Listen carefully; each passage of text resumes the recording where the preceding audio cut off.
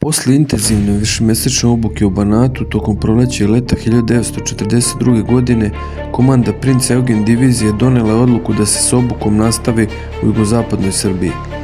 Razloga za premještaj bila je nekoliko.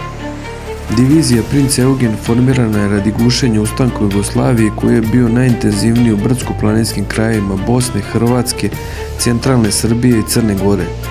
Pripadnici ove jedinice mogli su u Banatu da se obuče u korišćenju oružja i niza drugih vojnih veština, ali ne i u brdskom ratovanju, što im je bilo neophodno. Pored toga, divizija je trebala da se oproba u borbenim dejstvima nižeg intenziteta pre nego što pređe u Hrvatsku, gde su čekala znatno veća iskušenja. Zato je odlučeno da se s obukom nastavi u jugozapadnoj Srbiji, brdsko-planinskom području gde je ustanak u to vreme gotovo u potpunosti bio ugušen, ali su se povremeno pojavljivale manje grupe gerilaca. Početkom oktobra 1942. godine divizija Princ Eugen raspoređena je u više gradova jugozapadne Srbije: Kraljevo, Užice, Ivanjica, Čačak, Raška, Mitrovica, Novi Pazar. Odmah po dolasku, oficiri i vojnici započeli su s obukom u novim uslovima. Najviše se uvežbavalo penjanje po stenama i marš kolone sa tovarnim životinjama. Uporedno s obukom, deo pripadnika divizije obezbeđivao je drumove i železnicu. Već za polovinu oktobra 1942. godine planirana je prva borbena akcija divizije. Trebalo je provjeriti šta su vojnici naučili tokom obuke i kako će se u praksi sprovesti instrukcije komandanta Artura Flepsa o upotrebi sile protiv gerilaca. Još 27. aprila 1942. godine general Fleps upoznao oficire i vojnike sa dokumentom Taktički principi za vođenje gerilskog rata, kojem je iznet plan o korišćenju ove formacije. U pomenutom dokumentu Fleps ističe da će divizija retko kada da se bori u punom sastavu, već će u zavisnosti od snaga protivnika biti deljena na manje borbene formacije u nivou puka ili bataljona i tako ulaziti u okršaje.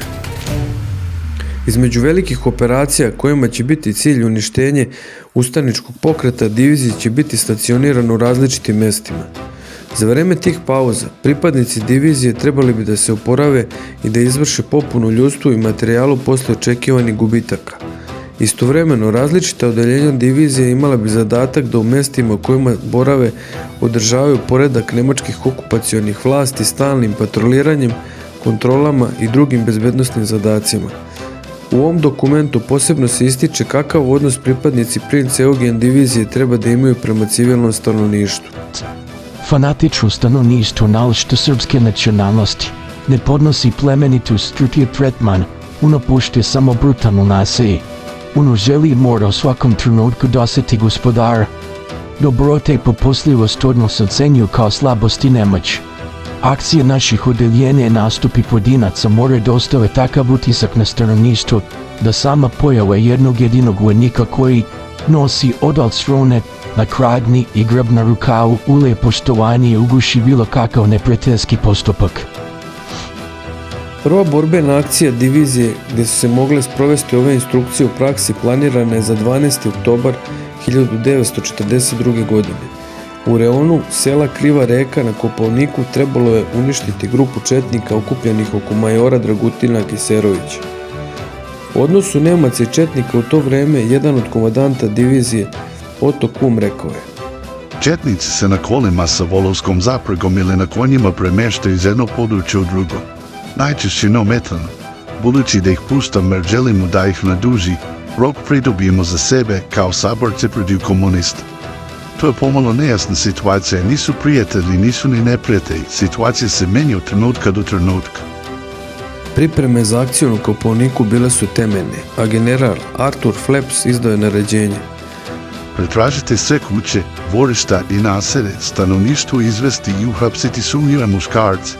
Ako dođe do otpora, odmah ih likvidirate. Ukoliko dođe do ozbiljnog otpora, brzo delovati i angažovati jurišne čete uz podršku teškog naoružanja. Tamo gde su preručeni bacači plamena, upotrebite ih. U rano jutro 12. oktobra počela je akcija. Iz više pravaca kolone vojnika krenule su ka selu Kriva Reka na Kopaoniku, ali od četnika nije bilo ni traga ni glasa. I pored toga pripadnici princ Eugen divizije počinili su masakr na lokalnim civilnim stanovništvom. Ne samo u Krivoj Reci, već i u okolnim selima i zaseocima ubijali su muškarce, žene i decu. Na njivama, ispred kuća, u kućama, gdje god bi ih zatekli. Zapaljeno je više kuća, štala i magacina. Kada su shvatili šta se događa, stanovnici sa ovog područja pokušali su da nađu spas bežanjem u šume, ali nisu svi uspeli u tome. Pripadnici princ Eugen divizije zarobili su 45 civila i odveli ih u pravoslavnu crkvu u Krivoj Reci. Nedugo zatim crkvu su minama i bombama digli u vazduh. Kada se divizija povukla, meštani su počeli da se vraćaju u svojim kućama.